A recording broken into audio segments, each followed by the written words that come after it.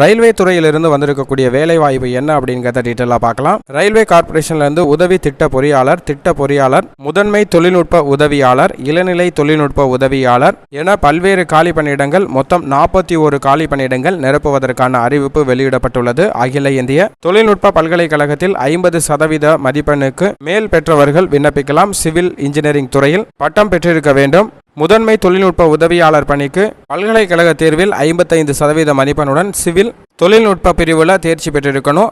தொழில்நுட்ப உதவியாளர் பணிக்கு 55% மதிப்பெண்ணுடன் இளநிலை முதுநிலை பட்டம் பெற்றவர்கள் விண்ணப்பிக்கலாம் அப்படிங்கிறத தெரிவிச்சிருக்காங்க. விண்ணப்பிப்பவர்கள் நேர்முக தேர்வு மூலமாக நிரப்பப்பட உள்ளன அப்படிங்கிறதையும் குறிப்பிட்டிருக்காங்க. நேர்முக தேர்வில் கலந்து கொள்பவர்கள் உதவி திட்ட பொறியாளர் பணிகளுக்கு 11/11/2022 படி 45 வயதிற்குள் இருப்பவர்களாக இருக்க வேண்டும். முதுநிலை தொழில்நுட்ப பணியாளர்களுக்கு 35 வயதிற்குள் இருப்பவர்களாக இருக்க வேண்டும்.